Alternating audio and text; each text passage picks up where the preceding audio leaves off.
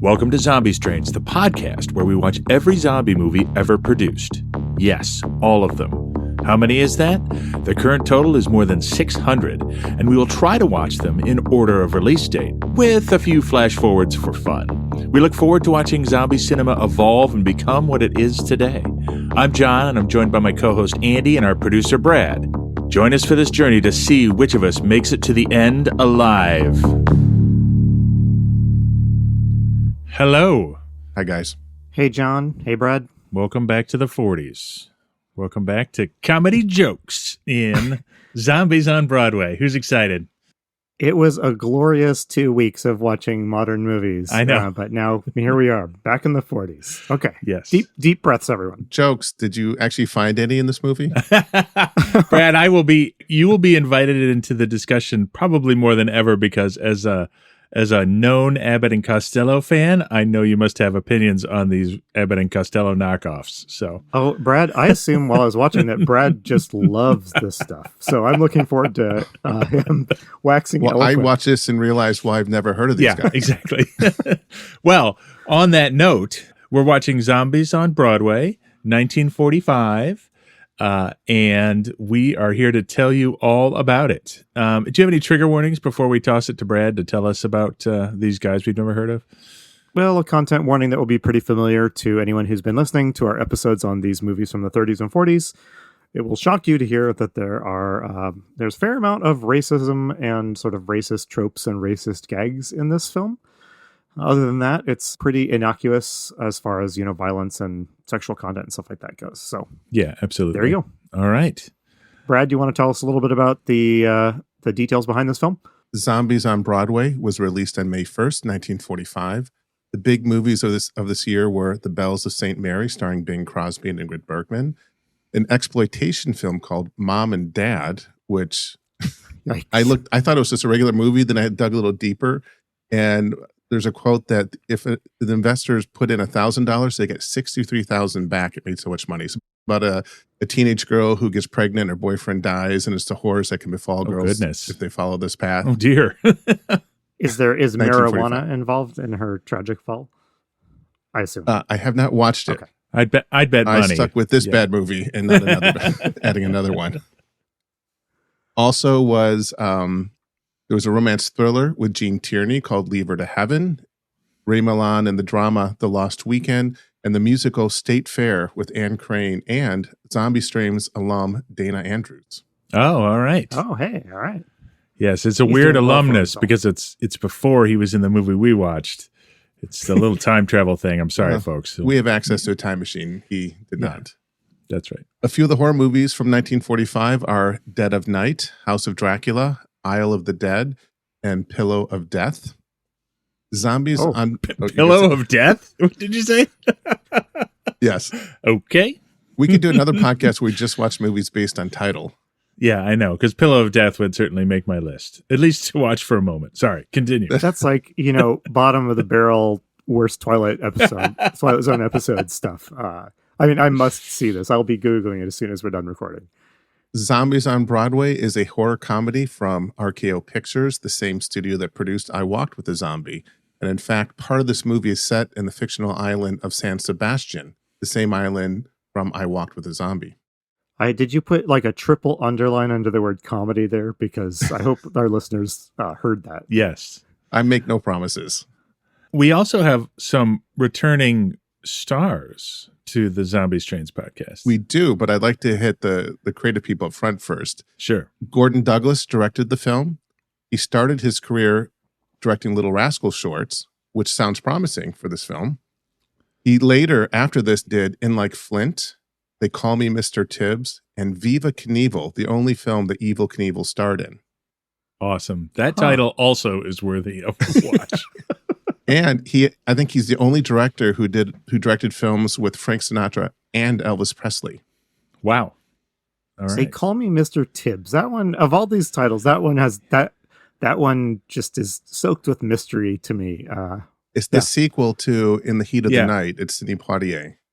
Is it really? Yeah, it's Sidney Poitier's character is Mr. Tibbs, and that's a famous line from the first one. The first one. Well, so look at me learning from you, film gurus. All right.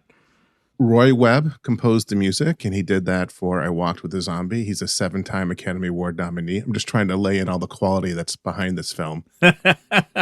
Because you might not notice it as you watch it. The film features... We're really getting ahead of ourselves. Yeah, sorry. The film features Wally Brown and Alan Carney as the two leads. They were both vaudeville comedians, and RKO signed them to be their version of Abbott and Costello. And on their respective IMDb pages, this movie, Zombies on Broadway, is listed as one of the films they are most known for. Interesting. Alan Carney, his last movie was Herbie Rides Again from 1974. See, now I want to watch that and see if I recognize him, because I know I saw that when I was little. What I'm sensing is there's a whole lot of movies you'd rather watch than this one. Yeah, is it that obvious? When my kids were younger, I remember how much I loved the Herbie movies when I was a kid. And so I tried to show my family the Herbie movies. And just let me tell you, those movies haven't aged as well as maybe you think they have. Shoot. Okay. Yeah. Sorry to break it to you. That's right. Also, we have Bela Lugosi. He gets pre-title billing with Brown and Carney. This is the 4th zombie movie we've watched with Bela Lugosi after White Zombie, Bowery at Midnight, and Voodoo Man. Yep. Anne Jeffries plays Jean. She was Tess Trueheart in 1946's Dick Tracy versus Cue Ball. She played Amanda Barrington on General Hospital for 20 years, starting in 1984. And she played David Hasselhoff's mother on Baywatch. Amazing. Okay. This is my favorite part of the show. Yeah. And last, we have to mention that we have Darby Jones and Sir Lancelot, both from I Walked with a Zombie. Darby played the zombie god in I Walked with a Zombie, and Sir Lancelot played the Calypso singer, and they both have the same role in this film. Did you mention Sheldon Leonard, our favorite from Owanga? I have not. Sheldon Leonard was in Owanga from our, 4th episode? Yeah. And he's also done a lot of comedy. As I mentioned back in that episode, he was in some Abbott and Costello films. This is the kind of role I see him in as a gangster. He's got that thick accent. Yeah. And he's just really good wearing these big gangster suits and hats. And this is a good role for him. I wonder if they invited him into this movie because he'd been in movies with Abbott and Costello that were successful, and they needed somebody to prop up Wally and Alan Carney. Well, it didn't work so much. I mean, he was great, but this movie needed more than that. I know. We should have a better attitude. Guys, don't listen to us. It's great. We're going to have such a good time today. Let's do this. Yeah, guys, I am resetting my opinion of this movie. It's blank slate that we're going in here. I'm excited about this one. Last bit, as usual, there are no box office numbers. It's hard to research things from this time, but this movie did well enough that RKO reteamed all 4 stars, Wally Brown, Alan Carney, Anne Jeffries, and Bela Lugosi, for another comedy that came out the next year called Genius at Work. Okay. And those are your facts for this episode. So I kind of want to see that movie because Bela Lugosi actually does comedy in this movie. But we'll come back to that. So historical context real quick. It's the end of World War II. The country is very tired of war. I think part of the reason we have a lot of sort of duo comedies at this time is sort of to keep U.S. spirits up. This is the time of Abbott and Costello and these two guys, and people are just ready for it to be over. And I don't know that there's a lot that relates to this movie that we haven't already talked about in previous episodes. I think you had something you wanted to mention.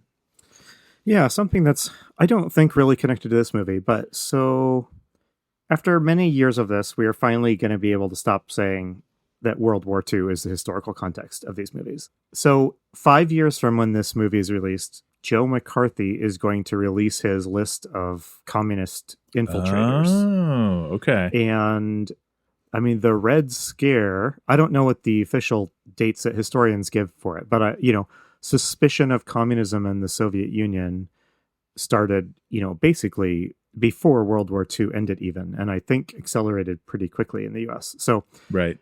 So I am putting out a kind of a question, something I'll be watching for in the next few movies we watch.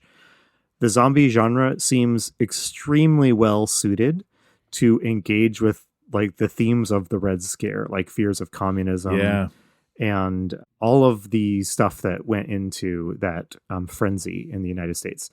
So I am curious. I didn't really sense it in this film, but I am curious if we're going to start seeing more topical themes like that in the next couple zombie movies we watch. So I don't know. Do you have any thoughts on that? No, we should keep an eye out for that. And it's good to think about ahead of time, because if I had thought of that, I would have said, well, maybe The Frozen Dead isn't about Nazis, but it's not really about Nazis. You know what I mean? Like, what are the contexts that led to? So yeah, that's very interesting. One of the things that happens a few months after this movie is released is the first atom bomb. Yes. And I wonder when we're going to start to see the effects of that on zombie films. Yeah, absolutely. All right. So we talked about the poster before, but let's refresh it in people's minds. What do we want to say about this poster? So on the left-hand side, it says it's got the name of the stars across the top. Wally Brown, Alan Carney, Bela Lugosi, Zombies on Broadway in sort of this font we've become used to. And going up and down the left-hand side of it is those three actors, Bela Lugosi at the top, Wally Brown and Alan Carney. And Alan Carney, I think it's Alan Carney, one of them is making sort of a face, sort of wink. And then at the very top are these zombies and these skeletons walking, carrying a woman in a yellow dress out of the jungle. Yeah, what do you make of this poster?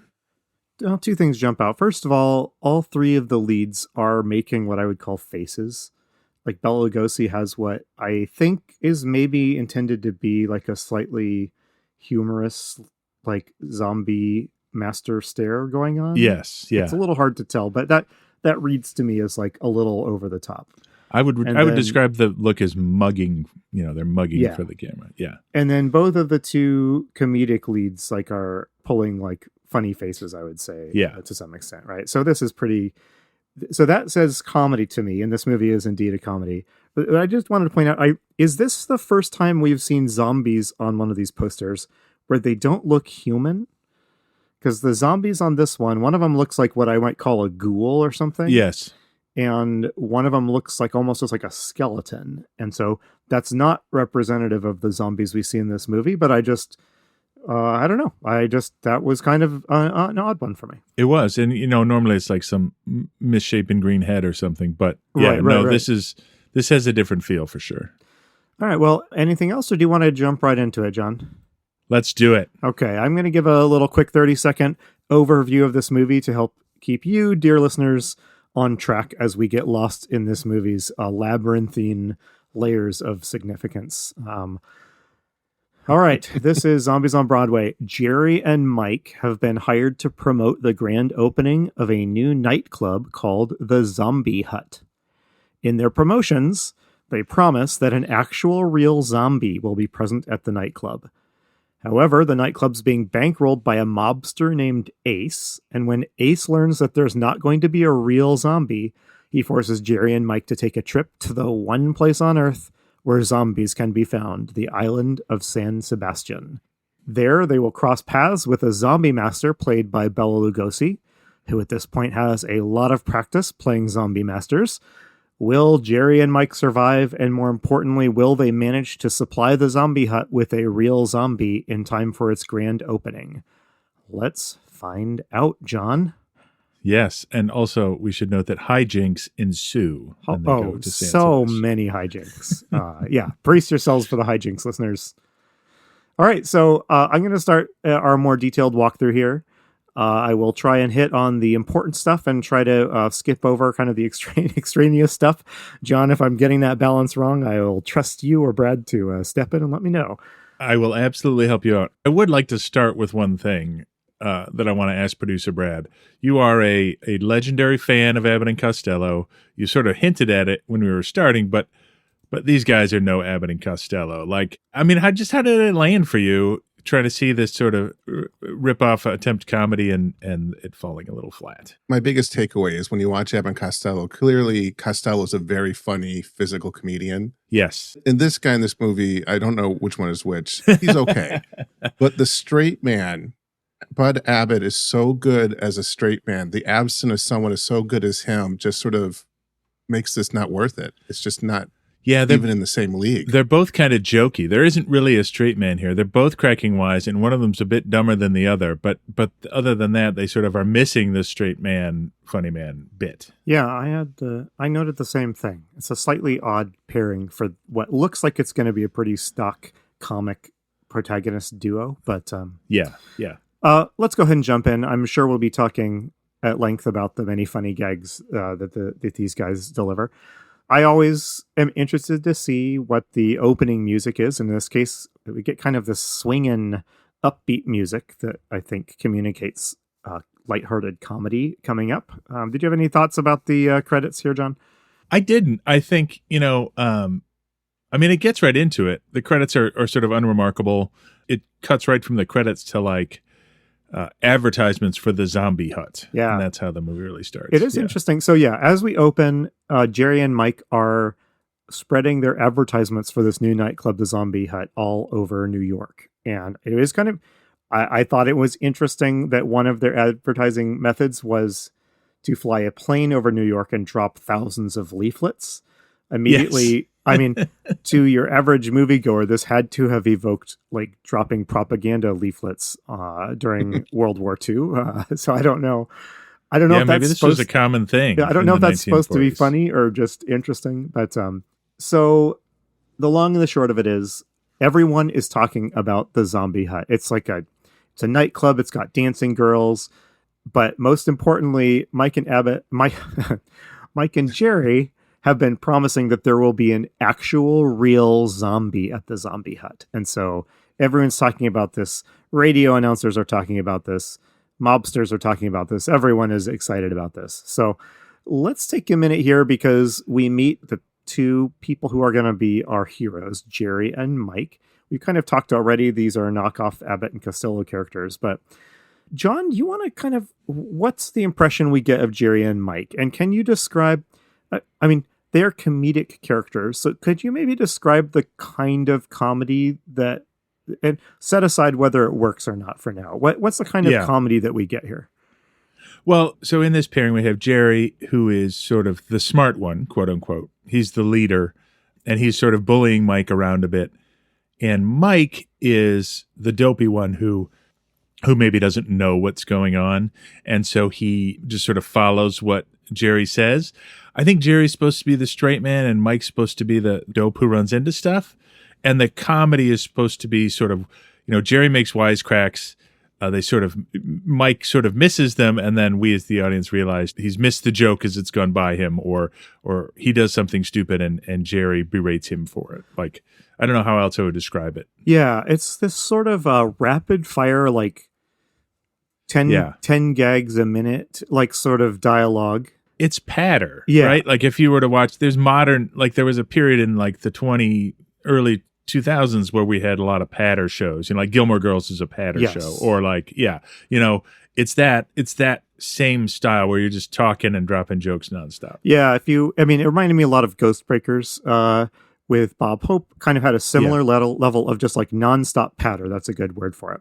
And it's not like none of the jokes land, but there's just so many of them that like maybe 1 out of every 10 will get like a kind of sort of reaction. None of them are hilarious. Some of them connect a little bit, and some of the gags in this movie, some of them work, but this is a sort of rapid fire gags that I don't know. There's a certain comfortable rhythm to it, I think. Yes.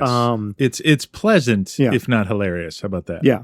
So they do have a couple of set piece gags later that are a little more choreographed, but that's the exception, not the rule. Yeah, we'll get to they have some nice set pieces, and we'll talk about those. I do want to say but Jerry and Mike, the nightclub hasn't even opened, and they're already in trouble, and that is because the person backing this nightclub who hired them to do the promotions is a mobster named Ace. So let's get a clip from early on the movie here where we're first meeting all of these characters and we're kind of learning what the plan is going to be.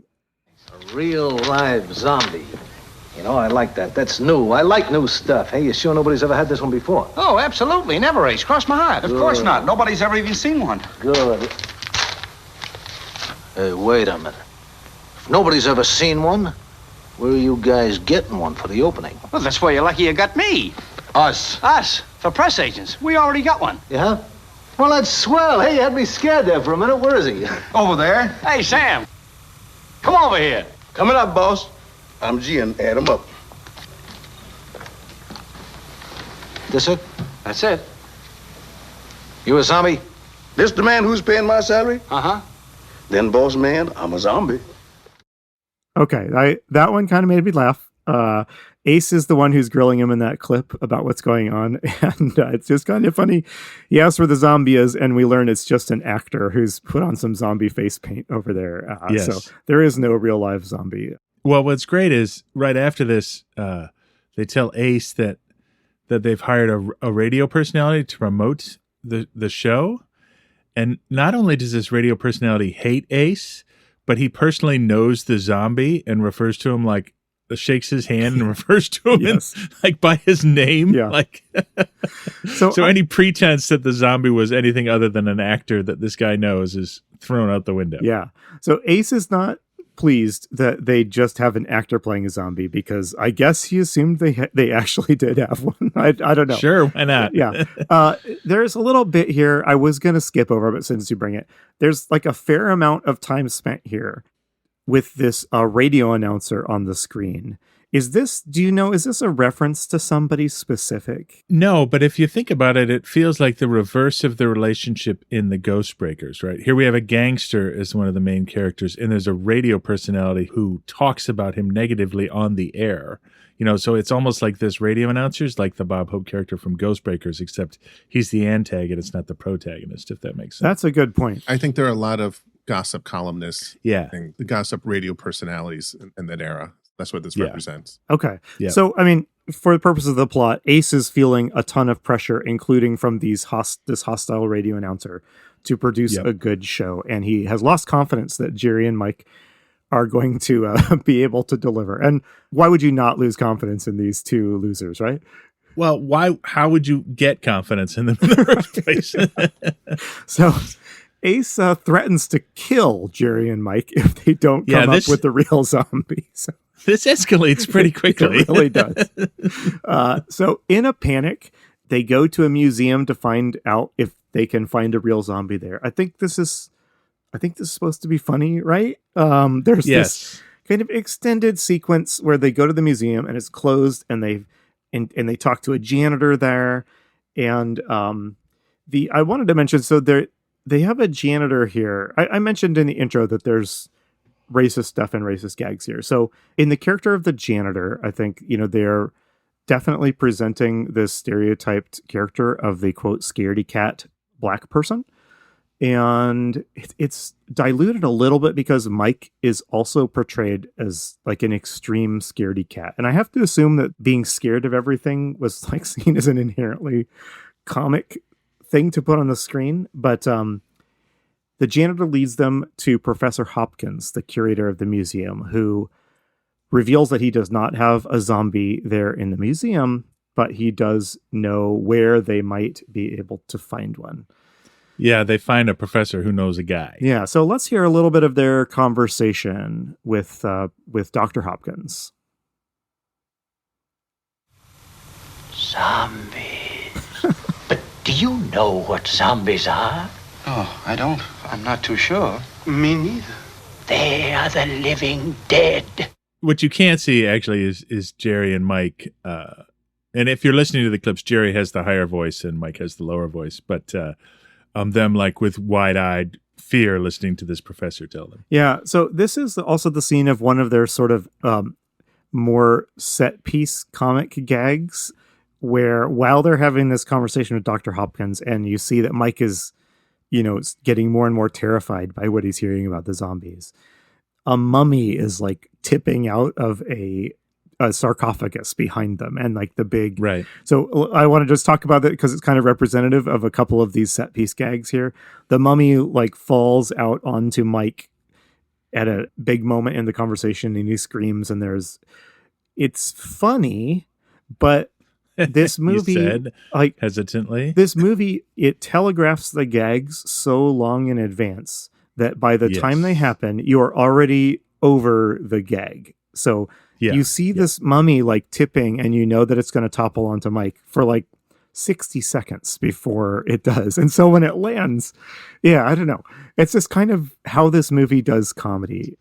And I'm not sure if it's the style of the time or I don't know. But like, I mean, I thought Bob Hope was funnier, and that just may be a talent thing. Yeah. You know what I mean? Well, I mean, I think if Bob Hope or if it had been Costello, it would have been a much funnier scene. Same line, same setup. They would have done it better. Yeah. Yeah, exactly. The ingredients for good comic bits are all here. They just aren't always coming together. So let's hear one more piece of their conversation with Hopkins, because Hopkins can't provide a zombie for them, but he can point them in the right direction. So let's hear that. What's his name? His name was Dr. Renault, Dr. Paul Renault. Over 25 years ago, he went to the only place where zombies were known to exist, on the island of San Sebastian, one of the smaller Virgin Islands. And I haven't heard from him since. So where have we heard that name before, Andy? San Sebastian?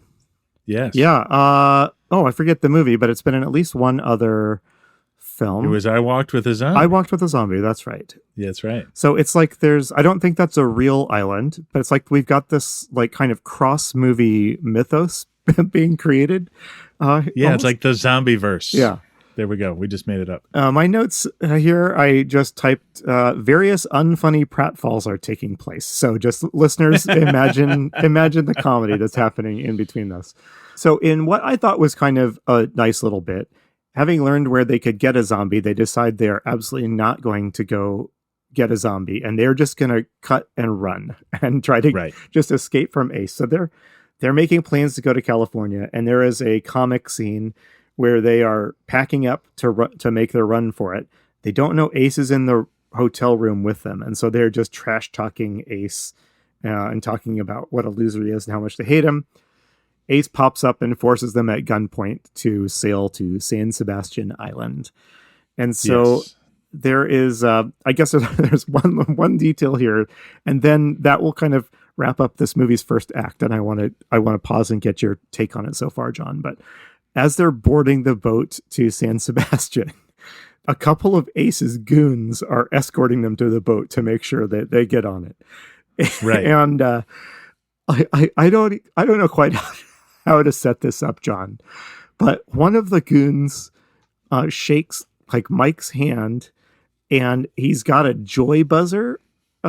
Yes. Yeah. And this is going to be way more significant to the plot than you could possibly imagine. But it's Chekhov's joy buzzer is what it is. Since when do like scary 40s mobsters carry joy buzzers, John? Is this a thing? Like, I feel like it sort of takes away from their menace a little bit, is what you're saying. Exactly. Do you want to explain what a joy buzzer is in case someone doesn't know? Yeah, and why would they know? Because I barely remember these from my hazy past, and I'm an old man.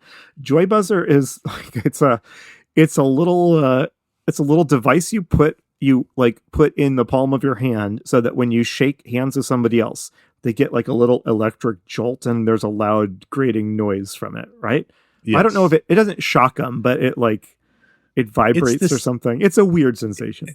It's the same sort of comedy mine where the snake that pops out of the peanuts jar is, and the whoopee cushion. Like, it's one of those kind of jokes. Yeah, high comedy where like the only reaction when someone gets you with a joy buzzer is to punch them in the throat. I mean, to be honest. Right. Exactly. But Chekhov's joy buzzer, like John said, we will be seeing more of it to come. Oh, yeah. Trust me, it's absolutely crucial to the plot. So I will say this movie has gotten the protagonists out to the zombie island a lot faster than Ghostbreakers did. So what's great about that is I was just staring at my note, which says, compare this to Ghostbreakers, which took 45 minutes to get on the damn boat. So I think we had the same feeling. So, John, we're about to kind of get into the meat of this movie, and we're about to start getting to the real zombie stuff. But do you have any other thoughts on the first act here that I didn't touch on? No, I mean, it's a fun setup, it just feels like a situation comedy, and off they go.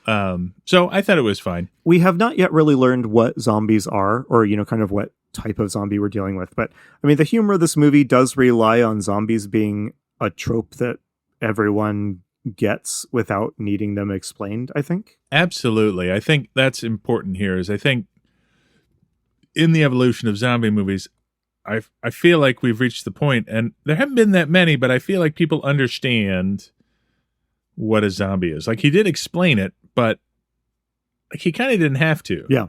It does open with a lounge called the Zombie Hut, which suggests that it's in the popular that imagination. it's a joke to some extent. already. Maybe even Yes. a concept whose time has passed. So now the only thing to do with it is to kind of joke around with it, right? Yes, and there is a zombie in this movie who's supposed to be scary, but all his scary bits are actually played for comedy too. So it's scary in the Scooby-Doo sense, not in the girl with all the gifts sense. So. Yeah. Oh, this movie gives off major Scooby-Doo vibes, which I want to touch on a little bit later. But yeah, all right. Yeah. So they arrive at the sort of tropical paradise of San Sebastian, and a calypso singer who is going to be familiar to listeners of this podcast greets them. John, you want to remind us who that is? There's one. There's actually one line that Jerry does here that I think was actually funny. It could just be me, and it could not be funny. As they're on the boat, the captain basically says to them, "You're going to San Sebastian is to go to your doom," or something like that. And they're talking about how dreary it is. And Mike says, "Doesn't look that bad." And Jerry says, "To an undertaker, a cemetery is a nice place." So it sort of sets the tone. But yes, then they walk off the boat. That might and be the here's our best friend. joke of the movie, just to kind of set your scale. And who's there but Sir Lancelot singing a song?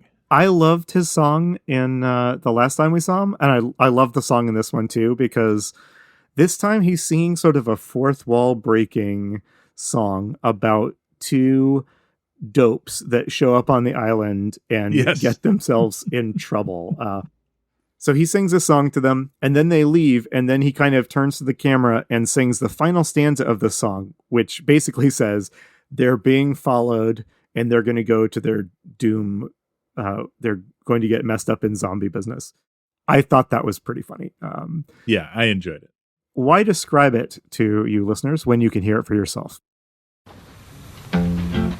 But the visitors would not so happy be if they could see what's behind the tree. They could see the eyes which are watching them. They would leave this island of evil men. But if they wait till the full moon comes to shine on the hands on the voodoo drums, the chance to leave may come too late, and blood on the ground will mark their fate. Ah, woe, too late. Blood on the ground will mark their fate. We all have grins on our faces. Like, listeners, you can't see us, but like, I mean, that's just a fun song. It is, and I'm also delighted that he was in I Walked with a Zombie, and he's here, and you finally get to hear him, because he's actually kind of great. Yeah. And his presence here has got to be, a comic riff on his presence or the presence of similar characters in past zombie movies, right? Yes, I think so, because this movie just pulls in. So not only have they borrow so much from I Walked with a Zombie, they borrow the singer and pretty much his song. It's just straight out of that movie. There's other things here too, and we'll get to them. Yeah, a lot of plot elements too. Yeah, it is the same film studio. Don't forget. Yes. Oh, okay.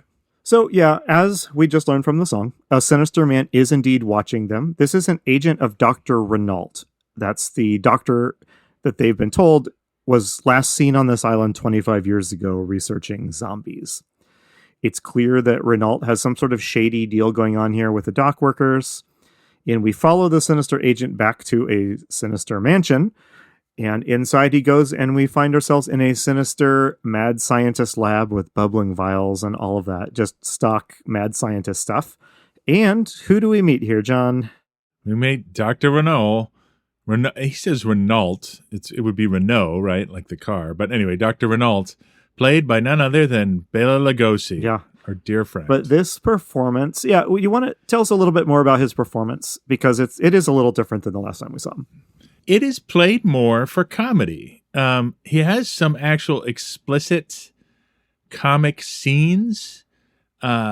Later, there's one involving a monkey that's running away from him inside a chest of drawers. But I think he's playing it a little bigger to make it a little funnier. He's more of a mad scientist than a voodoo practitioner, but the outcome is the same. Yeah. Would you say he's playing a little bigger, or is he just being himself and it just is the context? I think he's playing it a little bigger. I will say, like we've discussed before, that I find it a little emotionally hard sometimes to watch Bela Lugosi, because seeing him in a role where he's kind of making fun of his past roles makes me sad. Yeah.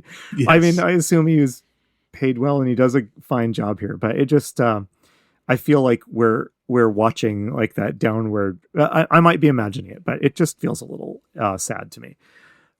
So let's hear what I'm going to say. Dr. Renault, because I'm an American, and that's what it looks like. I'll butcher it if I try to say it like a French person might. Let's hear what his plans are, though, and why he's frustrated. Oh, what is wrong? What is wrong? How can the natives do with their silly voodoo what I cannot accomplish by scientific means? Perhaps because a zombie is something of the devil, not of science, Doctor. Nonsense, nonsense! You've seen what I've been able to do. You've seen me create a zombie. If only I could keep them in that state. If only they didn't die or return to normal in a short period. So I grabbed this clip for two reasons.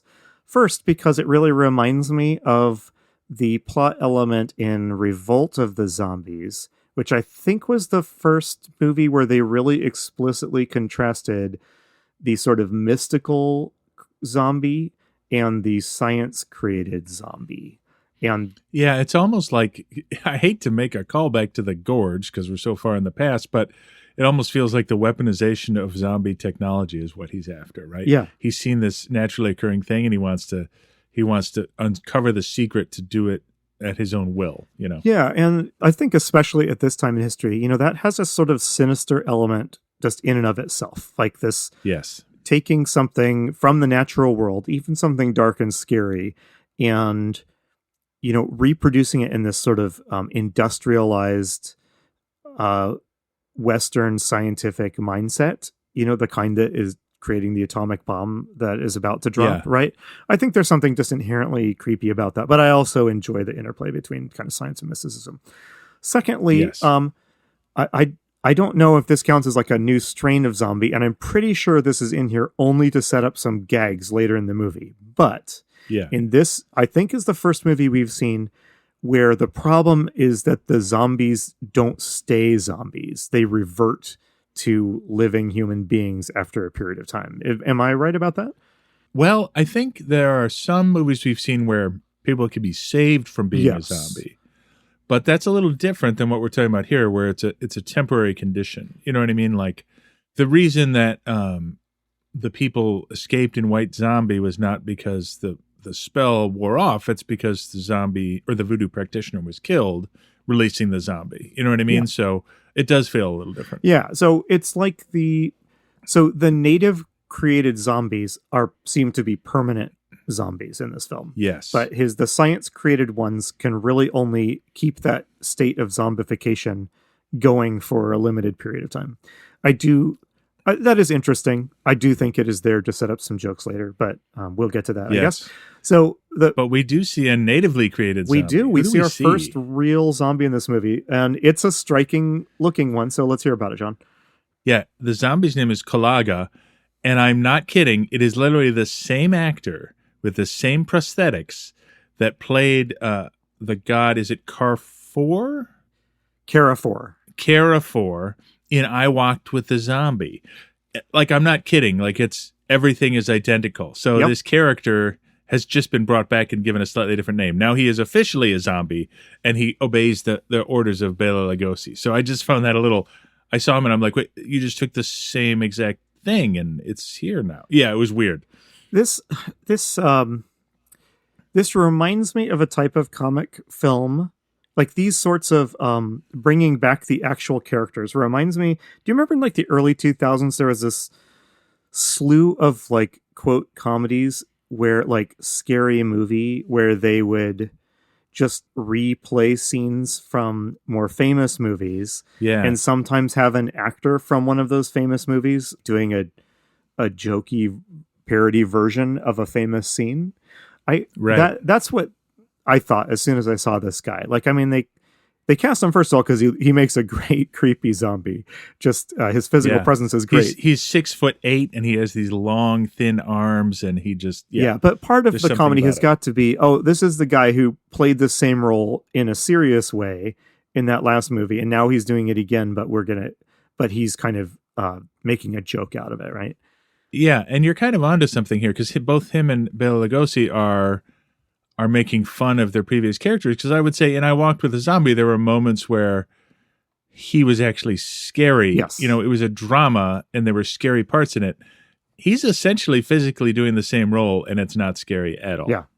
So just to keep the pace going here, while this is going on, our heroes are enjoying the local nightlife. They found themselves a dance club. I'm going to skip over some of this just because I don't think it's super relevant to their pursuit of zombies, but they are There is introduced... another joke. Really quick though. Well, they talk. I can't. Go I'm ahead. trying to think what joke is John about to say. I'm coming up blank. Is it the dagger throwing bit? No.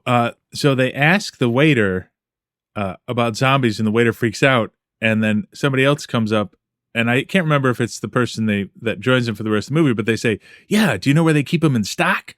So I just, for some reason, that made me laugh. The joke I had is they meet like kind of our last major character here. This is Jean. She's a local, she's a dancer, and she wants to get off of this island. But as we've seen in other movies set down here, the boat, only leaves every 6 months or something kind of absurd like that. So she's introduced with this, like, I guess it's a gag. So part of her dance routine is she throws these giant daggers and she throws them at the drink glasses of patrons at the bar. I was like, how? So she chucks it and she explodes this like bottle of whiskey that this guy is holding. I don't know that. Yeah. That seems like it wouldn't last too long as like a great gag to do at your establishment. No, it sounds like that could go south really quick. So the long and the short of it is they let it be known that they're looking for zombies. And so Jean says, look, I really want to get off this island. I've been here long enough that I know where you can find some zombies. So I hope you find zombies and you'll make sure I'm on the next boat out of here to get back to the US. So did you get her name in this scene? I did. I think it's Jean. It is Jean. I just don't know when they actually. I think I found that by Googling the cast. Which is I usually have a browser tab open with the cast because I don't know. I guess all movies, but especially these movies are bad at like establishing people's names. So there is this sequence. So she leads them straight. So I will give this movie credit. It moves right along. The one thing I will say is it does move right along. Yeah. She's like, I think I know where we can find one. And then in the next scene, they're stamping through the jungle. Yeah, exactly. So she leads them into the jungle and they're following the sound of those ever familiar voodoo drums. We know from all these movies that's how you... How many of these movies have people followed the sounds of drums to a zombie ceremony, John? Like 80%? And I think if zombies this big, huge secret, like... that everyone knows about, including like itinerant workers at the local dance club. Are our main characters the only people who are curious about the drums? Is that what we've discovered? That's the... Yeah, it's a little strange. So there is a series of, like, I guess kind of funny pratfalls throughout this jungle scene. The gag is they're being pursued by Kalaga the zombie. He has been ordered by Dr. Renault to go get him some new non-native victims to zombify. So he is pursuing these people into the jungle. And there's like 300 scenes where Kalaga is standing like right behind them. And they don't notice. And I will say I mentioned before, there's just so much Scooby-Doo in this scene. And for the rest of the movie, this movie leans really hard on the gag of like the doofus sees something supernatural. He really theatrically freaks out about it. But then the other characters are like, what are you talking about? There's nothing there. You can see. It's like just a blank wall. There's no door. So that happens about 150 times in this jungle scene.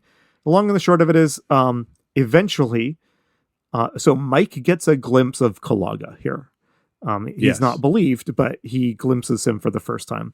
And then as they're stumbling through, I just have a very short clip here because it's just a callback to another movie we've seen. Let's hear what happens when one of them stumbles upon something in the jungle. Ouch! Oh! Are you hurt? My foot! My foot! It's got my foot! That's nothing but a skull. Nothing but a skull! I'd rather see anything but a skull. Oh, that's a voodoo symbol. They call it Wanga. You're on the right trail. Come on. Yeah, I just wonder if they're just pulling that out of the air because they know people know the name or something. Yeah, I wondered that too. Also, I think that gives you a good sample of the type of comic dialogue that has been going for like much. 30 minutes straight at this point. The zombie grabs both Mike and Jerry, but they escape, and he ends up grabbing and successfully capturing Jean, who, of course, faints when she sees him. So Kalaga walks off the zombie with Jean and takes her back to Dr. Renault. Mike and Jerry approach a voodoo ceremony. We see some local people dancing to drums. This felt like a more demeaning and mocking portrayal of like local voodoo practitioners than we've seen in previous movies. I think there's some attempts at comedy here. I think we could probably gloss over this, especially given the fact that one way Mike escapes is taking some soot and putting on blackface and tricking everybody. So maybe we just... I'll just sum it up. So Mike and Jerry get entangled with the ceremony, but they both wind up escaping. And I have been surprised at some of the movies we've watched making some effort to portray like voodoo practitioners as real, as like non-silly or stock characters. But this movie is all about portraying them in like a demeaning way. They're shown to be like really dumb and easily fooled, and just so it was a little off-putting, especially since we've seen better already. So all right, well, believe it or not, we're kind of closing in on the final act of this movie. Gene's been... I know, it's a little weird. Like, the first act is getting the island. The second act is walking around the jungle and doing some hijinks, and then we sort of go right to the end. Yes. Yeah. So Gene's been taken back to Renault's lab, Bela Lugosi, and he plans to turn her into a zombie. But then Mike and Jerry show up. I don't think they were intentionally following Gene. No, I think they found the castle. Yeah. So they stumble across Renault's mansion, and the sinister assistant is there and invites him in, and they kind of treat him really well. And here, when Mike and Jerry realize this is the Dr. Renault they've heard about, they get pretty interested. There is, I think, a thing that's supposed to be funny where Dr. Renault hates Dr. Hopkins, the museum curator.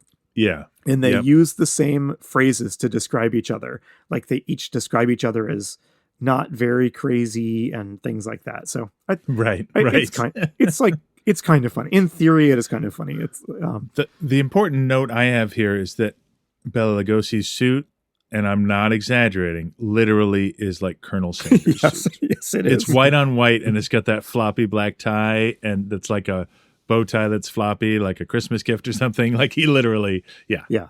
So Renault decides that now that they know who he is, he doesn't want word getting back out that he's still alive.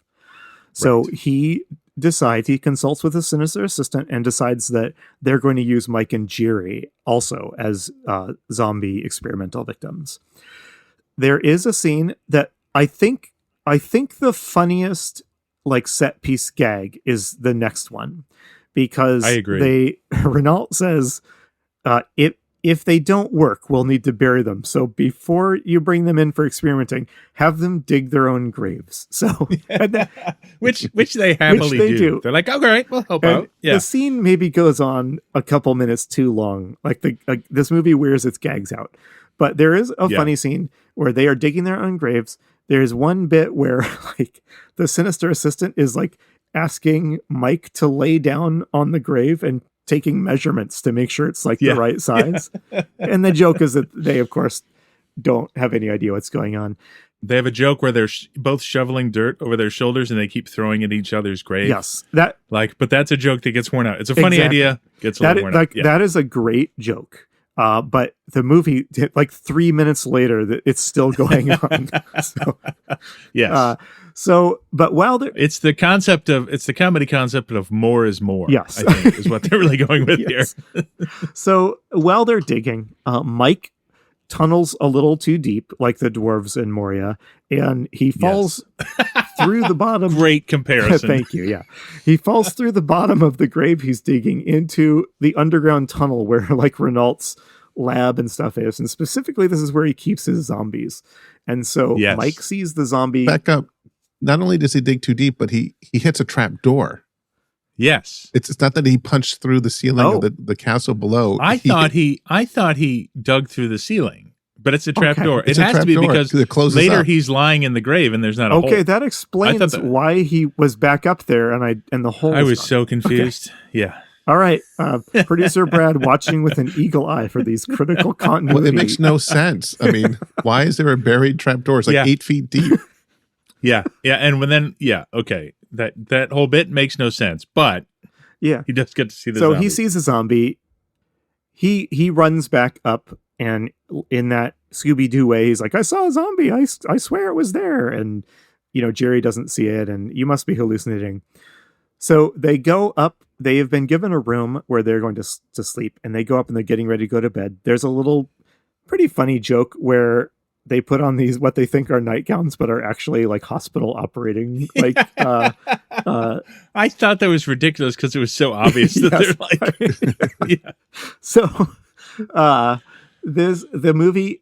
Mike keeps seeing zombies, Kalaga, and the movie keeps getting more and more mileage out of that gag where nobody believes him.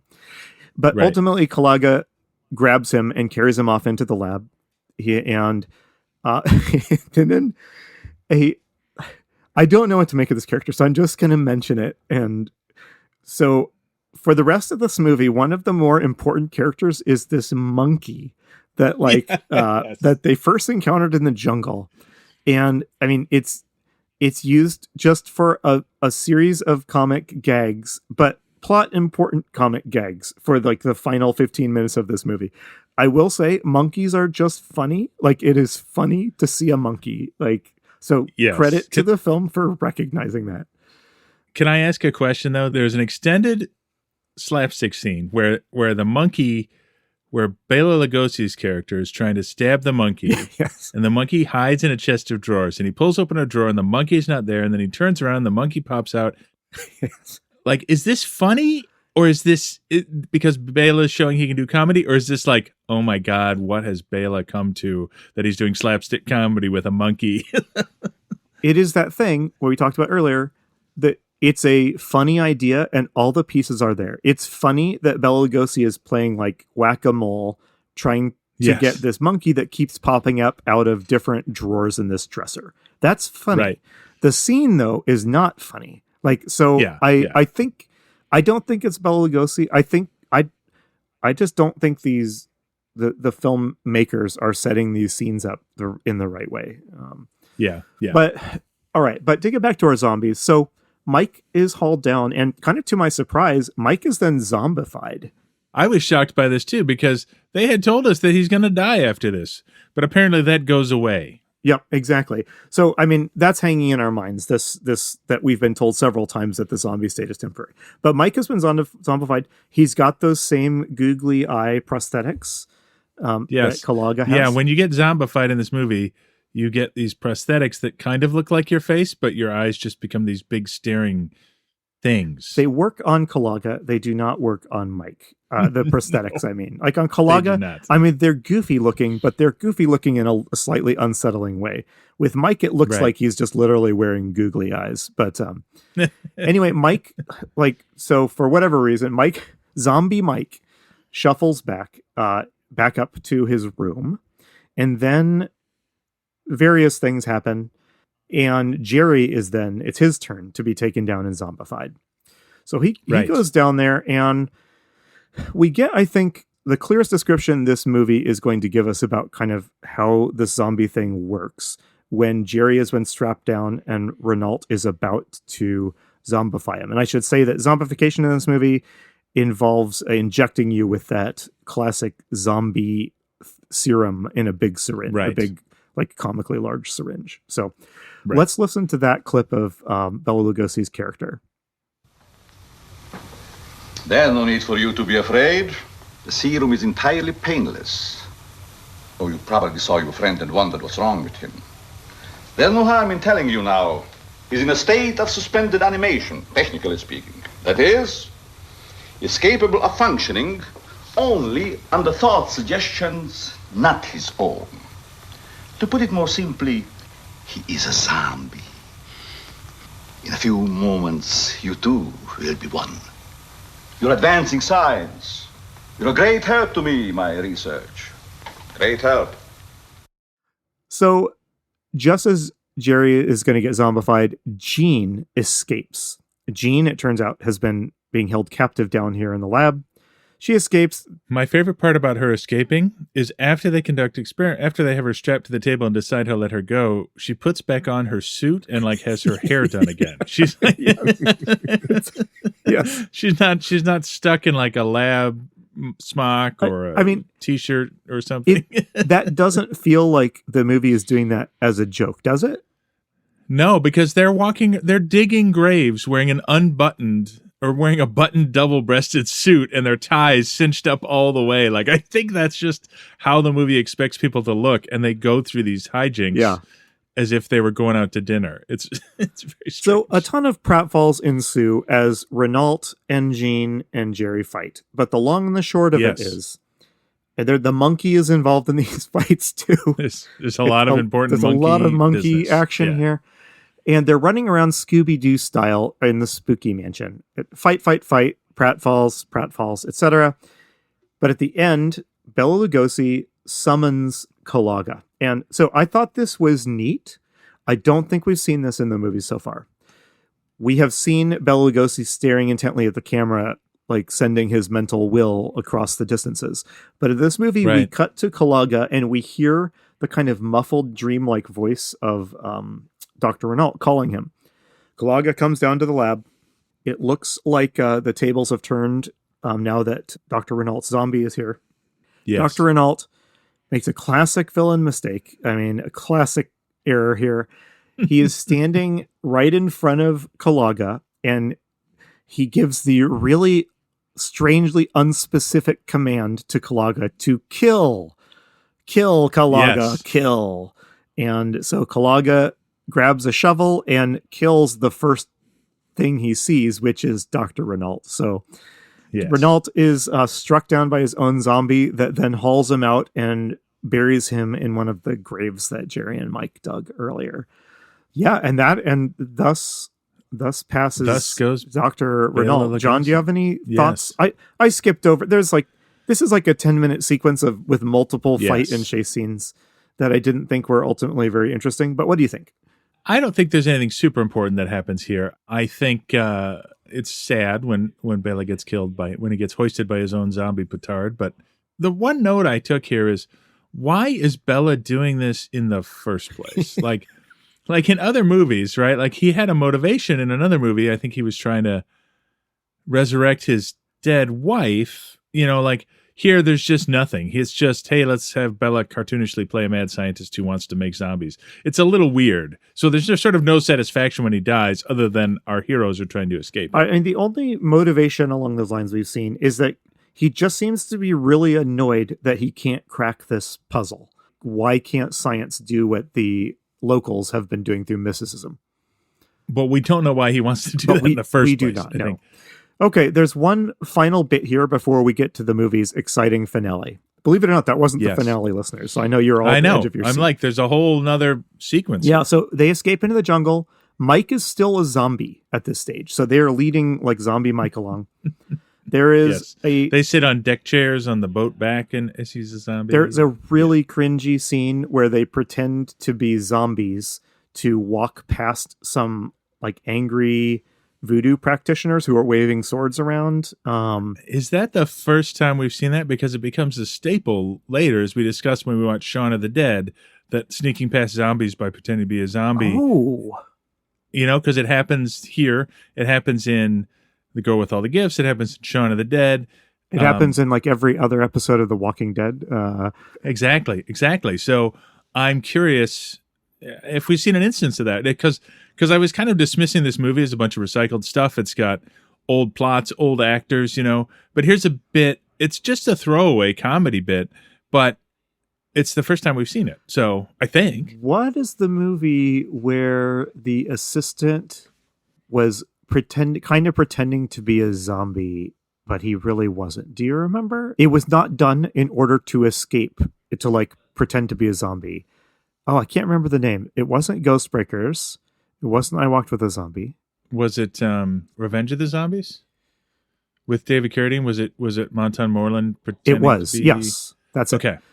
So we have seen someone pretending to be a zombie, but we have not seen them doing it for the purpose of like passing a zombie to escape. So yes. But wasn't he hypnotized or mesmerized? Well, he was, but then it later came out that remember kind of the gag was that like he was still himself. So it either hadn't taken or something. I think he was hypnotized, but he wasn't an undead like some of the others were. Yeah, but he could be controlled. I'm not sure. Well, yeah. Well, I guess it might be worth listeners go back and see what you make of that. But John, I think you are correct here that this is our first deliberate pass as a zombie scene that we've seen. Yeah, and certainly in order to escape a menace. Here they're escaping the voodoo practitioners, but later they'll do it to escape other zombies. Yes. So exactly. Yeah. So, all right. The finale of the movie, we've got like 5 minutes left here. As always, these movies go right up to the end. So they are back in the U.S.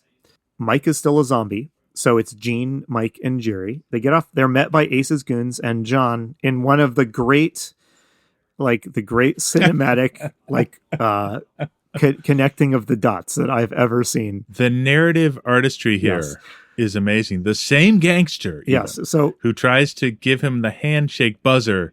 Yes. So tries it again. Yeah.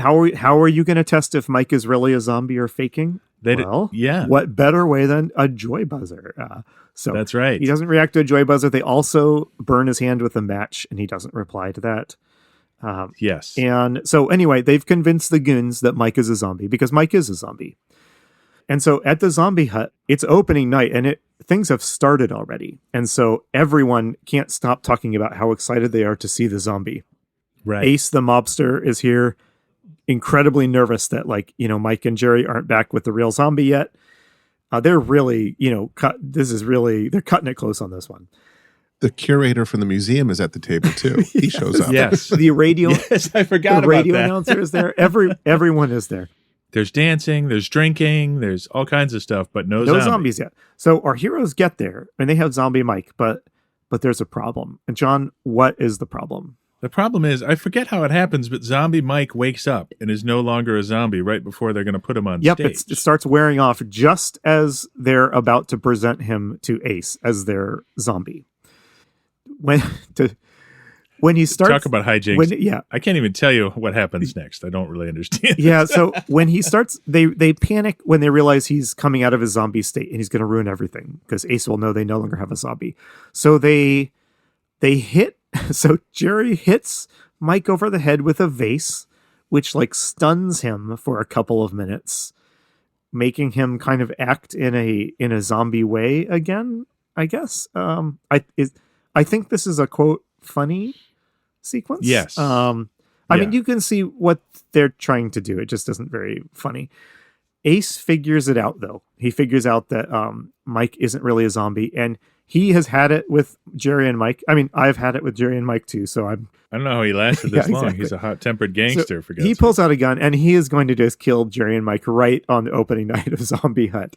Right. And what is our Deus Ex Machina, John? Somehow, and I don't understand it, but something happens and Ace gets turned into a zombie. But what a delicious fate this is, because who administers the shot? Well, who is the monkey? Oh, that's what I couldn't figure out. Monkey. Oh, the monkey. Yes. That's right. Yes. I forgot. Oh, my God. The monkey shows up. It's apparently followed them back to the U.S. and it's brought the zombie serum with it. So he hands it to the monkey, gives it to Gene, who then stabs Ace with it. So Ace the mobster that's right. becomes our zombie. There's a big scene where the audience is excited as this big they bring out this palanquin type thing and they open it up and they reveal inside there is in fact a zombie. It's Ace the mobster. Yes. Womp womp. And there's one more zombie in this movie. What happens right at the end? Oh my goodness. Oh, the gags just don't stop until the very end. Because Jerry and Gene are kind of hitting it off. And they're going to sit down together and canoodle or whatever. And Jerry sits down and he lets out a scream of pain because what has he sat on? The zombie serum syringe, which I guess he sat on it hard that the needle went in and the plunger got pushed in. But bad luck there. Yeah. What a rough fate. So the final zombie of this movie is Zombie Jerry. Yes. What an ending. Roll credits. So here we are. We've been trashing this movie. It was fun to talk about, though. I will say that. Yeah. So we've spent, I think, enough time on this movie. Let's get right to our questions. So, John, is there a hero party in this movie? There is. Yep. I would say Jerry, Mike, and Gene are the hero party. How many of the party survive? Well, they all do, but 2 of them get turned into zombies for indeterminate periods of time. So I know this is done for comic effect. Is this the first movie where one of the heroes winds up zombified? No, because the hot-headed Irish guy in, what was the one with, they were flying over the island? King of the Zombies? King of the Zombies. Okay. Yes. So in King of the Zombies, one of our team got turned into a zombie. Right. Although they got shot twice and survived. Yeah, didn't that one, and then he just inexplicably was normal at the end of the movie. Correct. Okay. Well, this is the first movie we've seen where the movie ended with, I think, a hero in a zombie state, and we aren't explicitly told that they survived. Yes, although agreed. We know that he will because this is his temporary state, as we've learned. Is there a zombie horde in this film? No, there's just Kalaga. No. Is the world threatened? No, because we don't know. If we thought Dr. Renault was doing this to make zombie super soldiers or something, then I would say yes, but he's just doing it, like you said, to crack the problem. Scientific curiosity. He's a hero, really. What type of zombie strain are we dealing with? And does this movie give us any new strains? I don't feel like it does. It does have the ability to unzombify, but I don't think that's new. It's got I'll call them serum-based, injected serum-based mad scientist zombies. Yeah. Right? With it's got two zombie strains, the mad scientist created ones and the quote-unquote organic or naturally occurring ones that the locals create. But neither of those are new. In fact, one of them is literally a zombie from another zombie movie. We've seen syringe, kind of this zombie serum thing in a few films now. I do feel like we're just like one step away from it becoming a contagion, like right. And so I'm waiting for the first movie to make that leap. Yes. And I wonder if it's going to be before Night of the Living Dead, but that's what we're doing here to find out. So exactly. Stay tuned. All right, John, let's go through your 4 pillars of the zombie movie. Is there an apocalypse in this movie? Not even a little bit. We already talked. There is no contagion in this movie, although we do have the hints of what will come in, because it is a lab created injectable serum. I think. Right. Are there tough moral choices in this movie? There could be. But the choices they make are, for example, when Mike becomes a zombie, they're like, great, let's use Mike to solve our problem. Like, I don't consider that a tough moral choice. That's obviously done as a joke, but if played straight, that's a horrifying response to your friend becoming an undead horror, right? Yeah. Exactly. And do we have loved ones turning against us?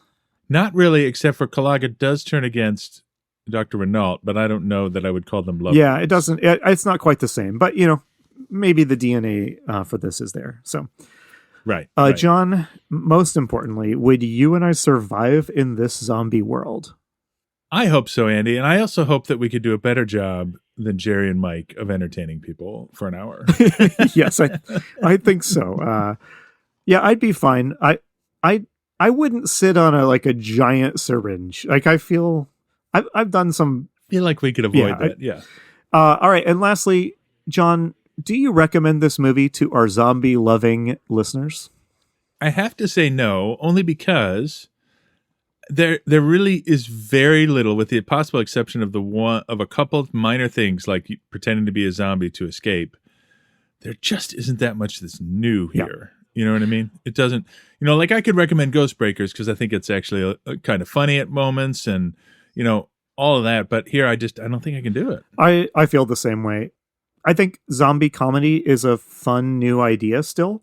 but but you have Ghostbreakers for that. So if you want to see an early comedy movie that has that same nonstop patter of gags, watch Ghostbreakers. It also does not land with all of its jokes, but it has a better execution of its concepts, I think, than this one does. Like everything's just one step more competent in the Ghostbreakers. I do think this movie is interesting in that, like, with Lugosi there and the actor who plays Kalaga, I do think the fact that it is so, and the Calypso singer, all these callbacks, I think that is like an interesting evolution of like a comedy movie in general. I don't think it's enough to watch it, but no, but you could argue that it's a genre becoming self-referential. Right? Yeah.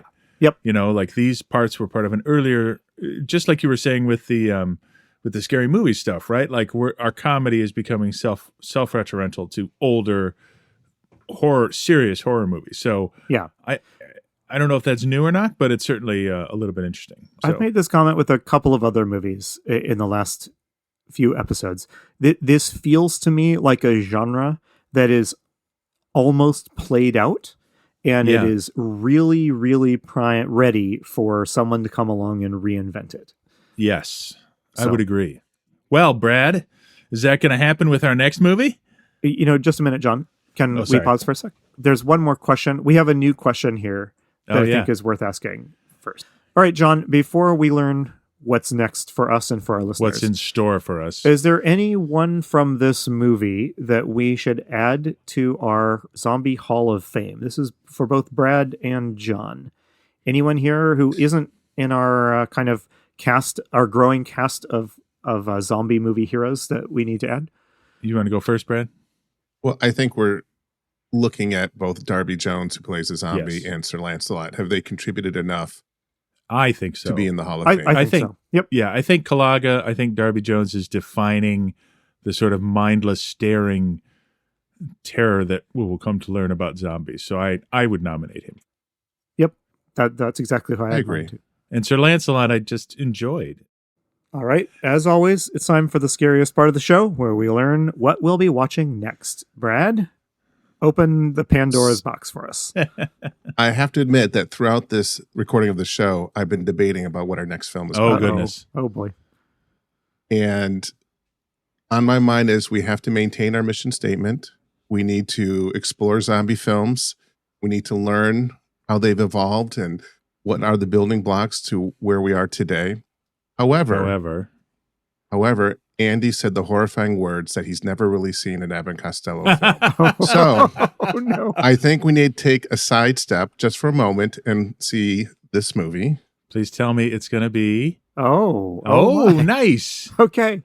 All right. Abbott and Costello meet Frankenstein. I can tell from this poster that I'm going to like this movie more than Zombies on Broadway. And also has Bela Lugosi. I have a distinct memory of this film.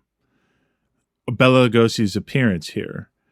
Tell me if I've got this wrong, Brad. Is this the one where there's a skeleton with a stake through its chest and they pull it out and Bela Lugosi as Dracula reforms? Is that a different movie or is that this movie? Bela Lugosi plays Dracula in this movie. It's been a couple years. I don't recall the stake in the skeleton. Okay. Well, I'm going to keep an eye out for it because I just remember the scene where like they pull the stake out and suddenly it's a vampire again. So I'll be on the watch for that. So now I'm kind of excited. I won't lie. Well, I think we need a couple things. I think we need to cleanse our palate from this last film. Yes. And I think we need to see, we've seen a couple horror comedies from the era. And this is 1948, the Abbott and Costello. It's only 2 years after the one we just watched. So I think it's a good way to sort of cap off the 40s. All right. I'm up for it. Do we want to talk about the poster? Let's talk about the poster. All right. It says, the tagline is, "It's a grand new idea for fun." This poster is very much, comic rather than legitimately scary. We see, what is the artistic term for this? I want to say like chibi style art of Abbott and Costello. Their heads are really big and their bodies are small. It's almost like a caricature. Yeah. They're running away from sort of a rogues gallery of movie monsters. I see Frankenstein, Bela Lugosi, and the Wolfman chasing them out of a spooky looking, but silly, spooky looking old building. Anything else jump out at you, John? Well, Lon Chaney plays the Wolfman, which is appropriate. Bela Lugosi plays Dracula, which is appropriate. The monster is played by Glenn Strange. I don't know who that is. I know him from this movie, so I'd have to look up and see what else he's done. Yeah, but he's not played by Boris Karloff, most importantly, and I don't know why that is. So maybe we talk about that next time. You know how, pedantic people like myself will always point out, like, it's Frankenstein's monster, not Frankenstein. So I think this title, by meeting Frankenstein, I interpret this that they are correctly setting it up, that they're going to meet Dr. Frankenstein, because Glenn Strange is credited not as Frankenstein, but as the monster, which is... Oh, okay. Yeah, so kudos. If I'm right about that, I'll give a pedantic kudos to this film. Okay. Well, it's been a long time since I watched Abbott and Costello. Brad, I have a sinking fear. Like, what if Andy and I don't like it? Is that the end of the podcast? I'm not sure what would happen in that case. My future frees up a little bit.